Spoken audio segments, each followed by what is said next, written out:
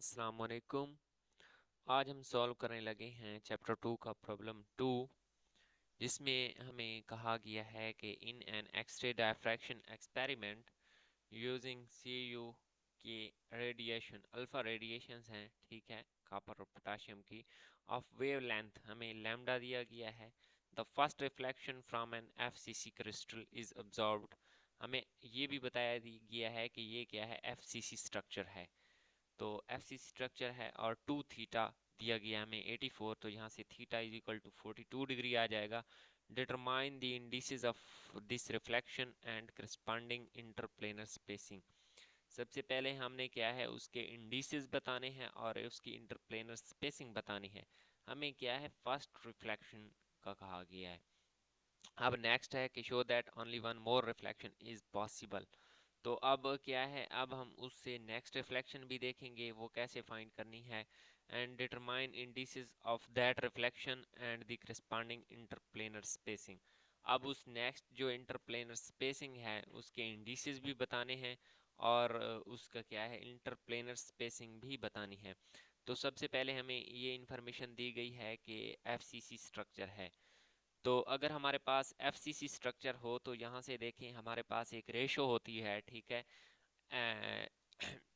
HKL की। उस ratio को देखकर हम बता सकते हैं कि यहाँ से रिफ्लेक्शन होगी या नहीं।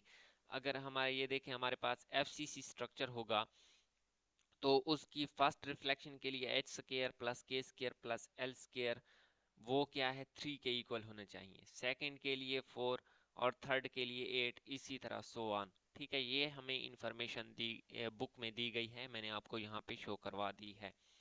तो सबसे पहले हम FCC स्ट्रक्चर है, ठीक है, उसका लेटेस्ट पैरामीटर फाइंड कर लेते हैं। अब हमें ये DHKL का फार्मूला ये नोन है, प्रॉब्लम 1 में भी मैंने आपको ये बताया था। और ब्रैग्स लॉ भी हमें पता है, 2D साइन ऑफ थीटा।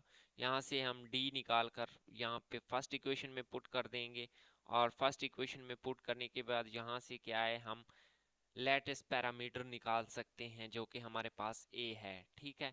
और for first reflection m is equal to 1 है, थीटा 42 डिग्री इसी प्रॉब्लम में दिया गया है, और HKL इज इक्वल टू 1, ये सारे 1 1 है। फर्स्ट रिफ्लेक्शन के लिए मैंने जैसा कि आपको बताया है कि इनका स्केयर का सम क्या है, 3 होना चाहिए। तो ये 1 1 1 रखेंगे तो क्या है हमारे पास, ये 3 बनेगा। तो यहाँ पे ये वैल्यूज पुट करने के बाद क्या है, हम यहाँ से लेटेस्ट पैरामीटर फाइंड कर सकते हैं, ठीक है। यहाँ से लेटेस्ट पैरामीटर की वैल्यू आ जाएगी 1.993 एंगस्ट्रॉन, ठीक है। अब हमारे पास जो फर्स्ट रिफ्लेक्शन है वो हमने देखनी है। मैंने जैसा कि आपको बताया है कि उसके इंडिसेस का जो सम है वो क्या है, उसकी रेशियो 3 आनी चाहिए, ठीक है। तो 3 के लिए हमारे पास इंडिसेस हम 1 1 1 लेंगे, ठीक है। ये देखें, मैंने यहाँ पे शो किए थे, 1 1 लेंगे तो हमारे पास क्या है, ये उसके पैरामीटर आ गए, ठीक है, उसके इंडिसेस आ गए, इंडिसेस ऑफ रिफ्लेक्शन इनको कहेंगे।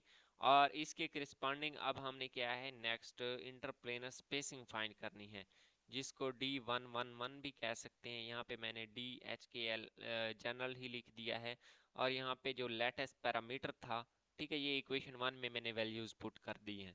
लेटेस्ट पैरामीटर की वैल्यू पुट की है और उसके करस्पॉन्डिंग वो हम इंडिसेस की वैल्यूज पुट करके यहाँ से DHKL हमारे पास 1.15 एंगस्ट्रॉन आ जाएगा। और ये आंसर हमें प्रॉब्लम के साथ साथ दिए गए हैं, ठीक है, वहाँ पे आप देख सकते हैं। अब दूसरी रिफ्लेक्शन हमने देखनी है। दूसरी रिफ्लेक्शन के लिए मैंने जैसा कि आपको किताब से एक पेज दिखाया है कि H square plus K square plus L square FCC structure के लिए 4 होना चाहिए। तो अगर हम क्या है, प्लेन लेंगे 2 0 0, तो H square plus K square plus L square, इसकी वैल्यू 4 बन जाएगी। तो अब इस प्लेन के लिए हमारे पास क्या है, रिफ्लेक्शन होगी। तो अब अगर इससे हम नेक्स्ट प्लेन देखेंगे तो उसके लिए रिफ्लेक्शन नहीं होगी, ठीक है। तो अब इस प्लेन के लिए हम इंटरप्लेनर स्पेसिंग भी फाइंड कर लेते हैं, ठीक है। वो कैसे आएगी, सिंपली इसी फार्मूला में हमने वैल्यूज पुट कर देनी है। तो यहाँ पे मैंने वैल्यूज पुट कर दी है, ठीक है। एच के एल की वैल्यूज भी पुट कर दी हैं और लेटेस्ट पैरामीटर की। तो यहाँ से इंटरप्लेनर स्पेसिंग आ गई हमारे पास क्या है 0.996 एंगस्ट्रॉम। तो ये था हमारे पास प्रॉब्लम 2। अब मिलते हैं नेक्स्ट प्रॉब्लम में। अगर आपको वीडियो पसंद आई है तो लाइक करते जाएं। अल्लाह हाफिज़।